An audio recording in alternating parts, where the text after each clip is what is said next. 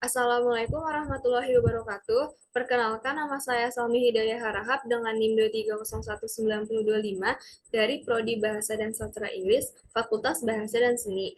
Tugas video ini saya buat untuk memenuhi tugas perkuliahan mingguan minggu ke-10 mata kuliah pengantar coding. Dalam video ini, saya akan menjelaskan baris per baris mengenai listing program pada halaman 2, yaitu program yang mengisi dan menampilkan isi tabel 2 dimensi atau matriks. Pada baris pertama, saya akan menjelaskan fungsi input. Fungsi input itu sendiri adalah sebuah prosesor pengarah yang mengatakan kepada kompiler untuk meletakkan kode file header yang akan kita buat. Di sini saya menggunakan input studio.h yang merupakan standar input-output header yang digunakan sebagai standar input-output operasi yang digunakan dalam bahasa C++ maupun bahasa C yang berfungsi untuk fungsi keluaran.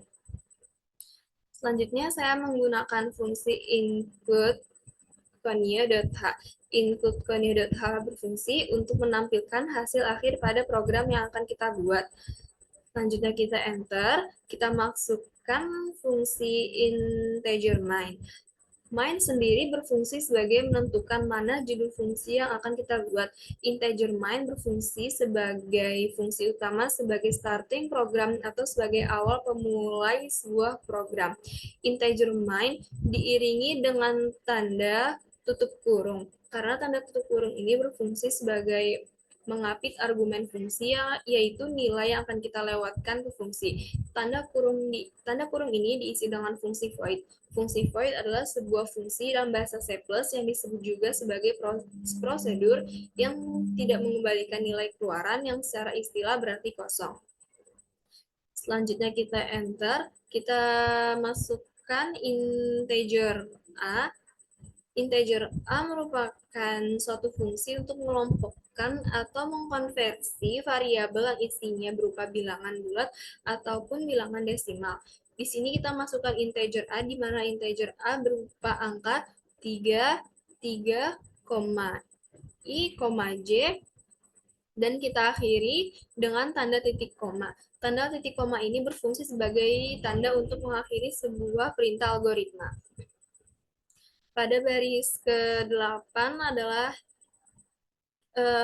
kita masukkan A dengan angka 0, 0 sama dengan 3, titik koma, A, 0, angka 1 sama dengan 7, titik koma, A, 0, 0, 2 sama dengan 5, tanda titik dan koma.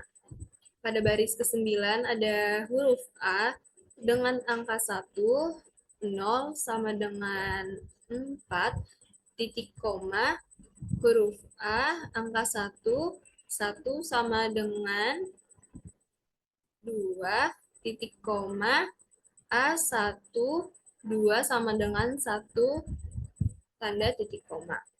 Pada baris 10 ada huruf A dengan angka 2, 0, sama dengan 8, titik koma, A, angka 2, 1, sama dengan 3, titik koma, A, dengan angka 2, 2 sama dengan 1, titik koma. Pada baris ke-12 adalah for dengan tanda buka kurung I sama dengan 0, titik koma, I, 3 titik koma, I, plus, plus, dan tanda tutup kurung. Kita enter. Pada baris ke-14 adalah for J sama dengan 0, titik koma, J, 3 titik koma, J plus, plus, dan tanda tutup kurung. Pada selanjutnya adalah fungsi printf dengan pernyataan dalam kurung %D, koma, A, I, J, tanda tutup kurung, dan titik koma.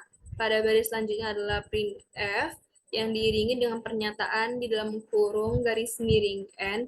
Garis miring N ini berarti sebagai baris baru. Kita masukkan tanda titik koma sebagai akhir sebuah program. Pada baris selanjutnya adalah tanda tutup kurung kurawal. Ini adalah sebagai tanda penutup sebuah program. Selanjutnya adalah fungsi return 0 titik koma, dan selanjutnya adalah tanda tanda tutup kurung.